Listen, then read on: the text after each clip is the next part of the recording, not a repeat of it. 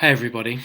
It's Rabbi Mark Fishman here, and I would like to send out my weekly sermon slash Devar Torah through electronic means this week. And I am speaking to you from my home, as this will be the third Shabbat that the synagogue's doors have closed. A truly unbelievable thing. And I have a lump in my throat just saying those words. And yet here we are at the beginning of a new book, the book of Yayikra. Is there something meaningful? Is there a message that we can learn for our times with the timeless message of the Torah? And I believe that there is. This week, together with Congregation Shah HaShamayim, Beth Tikva was able to put out a psychiatrist, Dr. Friedman, who spoke about dealing and managing these times of crisis and anxiety at our reality today. And she opened up the entire discussion, speaking about what it means for those who have families to get along with each other in one roof under such circumstances. And she really spent a long time speaking about what it means to live with stress and difficulty and anxiety and the tensions between husbands and wives. I realize not everybody is fortunate to have a partner, not everybody is married. But for those of us who are, and the truth is for those of us who may be interacting with work colleagues or friends or extended family members, the message was so powerful in terms of how she said, these are times of heightened sensitivity. People are with a much shorter fuse, and there are moments where anger, blowing up at one another, just not being able to have those tranquil moments of shalom bayit that our homes are supposed to have.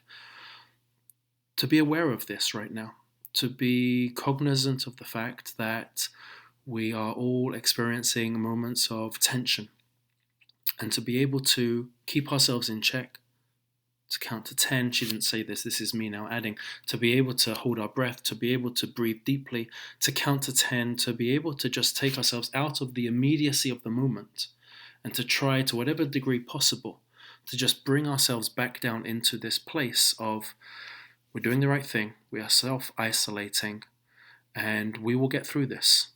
And although there are so many things pushing and pulling for our attention and clamoring for our immediate needs at this very moment, there is also an ability to have a broader view that, okay, we're going to come through the other side. We're going to overcome.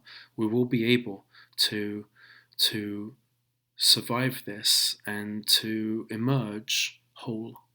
Now, that's certainly a challenge, and it takes sacrifice. It takes letting go of the things which we feel are absolutely non-negotiable. And that amazingly is the theme and the message of this week's Torah reading. Vayikra introduces us to all of the sacrifices. And you might say, well, what use does this have in my life? A temple hasn't stood for nearly 2,000 years, and yet there's a modern application of this idea. To sacrifice is to let go of the things which are important to us, or the things which we hold valuable and dear. And when we do that, when we give away a small part of ourselves, when we can sacrifice for a loving relationship of those who live under our roofs, a loving relationship with God, yes, and also a loving relationship of those who are next to us, then in that process of sacrifice, we create more space for those we live with to become closer to us. And amazingly, in Hebrew, the word for sacrifice actually means to become closer, in a paradoxical way. Yet anybody who has realized this and who has engaged in an act of true sacrifice knows when we let go of things which we hold dear, we create more room in our lives for vulnerability, we create more room in our lives for love, we create more room in our lives for other people to simply come closer to us. May this be a week of Vayikra. We're not reading it in shul. We will not be gathering in synagogues, but the message remains. Vayikra, to be able to call out to another and say and prepare to forego and let go of the things which I believed had to get done, the timelines by which they had to happen at, and in the process, will be able, literally, quite literally, to become closer to those we love, and with softer tones and with greater compassion, and without the anger, without the resentment, without the animosity. This is an opportunity. It's the parasha of the week, and I wish all of us good luck, to sacrifice and in the process to come closer to those we care so much about. Shabbat Shalom. Have a beautiful Shabbos.